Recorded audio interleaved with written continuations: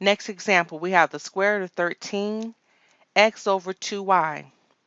So we're going to write this expression, this radical, as two separate radicals. The square root of 13x over the square root of 2y. We see that 2y can't divide into 13x, so we're going to rationalize our denominator by creating a fraction, and the fraction that we're going to create is we're going to be using the radical found in this denominator, which is the square root of 2y.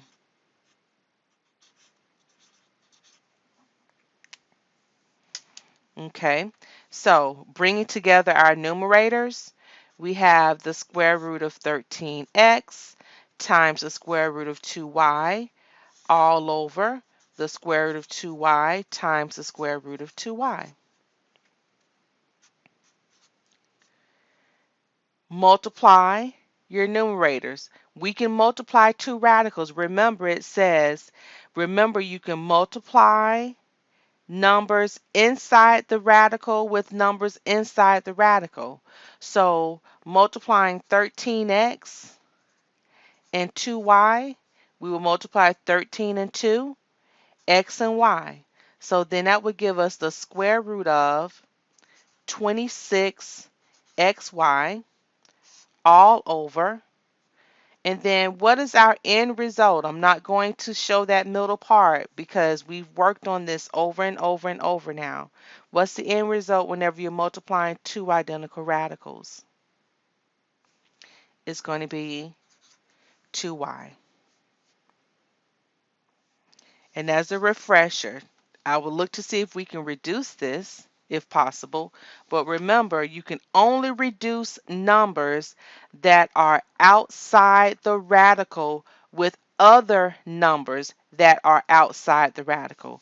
We don't have any numbers outside the radical. We cannot simplify or try to make the square root of 26xy smaller. Therefore, we're finished. This is our solution, the square root of 26xy over 2y.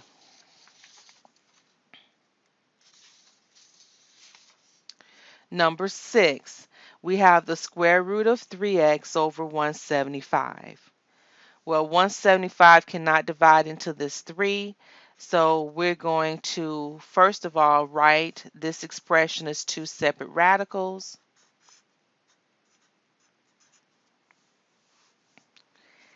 And then let's rationalize. Create a fraction. The fraction we're going to create will be the radical that's found in this denominator, the square root of 175.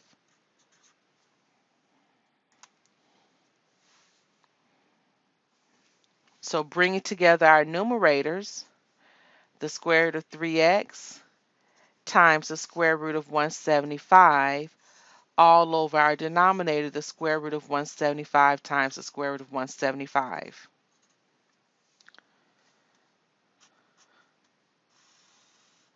Our denominator, both identical radicals, so we will have 175 as our solution. Now let's look at each of the radicals in the numerator. Here we have the square root of 3x. Okay, well, we can't simplify that because 3 is a prime number. We can't find two identical radicals that would give us 3x. But let's look at the second radical, that 175, that's a large number. So that's an indication right there to say, hey, I need to see if I can find perfect square root factors from that 175 would have. So let's look at the square root of 175, but just take out the 175 and let's break this down. Let's write the prime factors for 175. So I know 5 can go into 175 35 times. 5 is prime.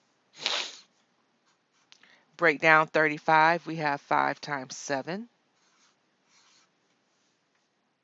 Okay. And so,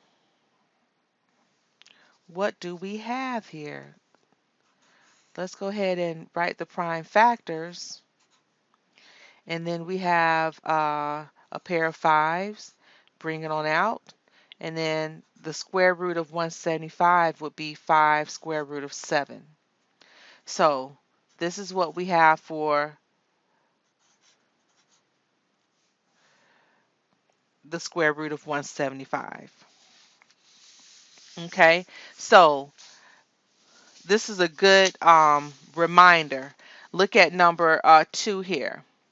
Remember, you can multiply numbers outside the radical with numbers outside the radical, and multiply numbers inside the radical with numbers inside the radical. Well, we have 2 radicals with numbers inside them. We multiply those. What's left on the outside is this 5. So this is 5 times. Then multiply the square root of 3 and the square root of 7. We have the square root of 21x all over 175.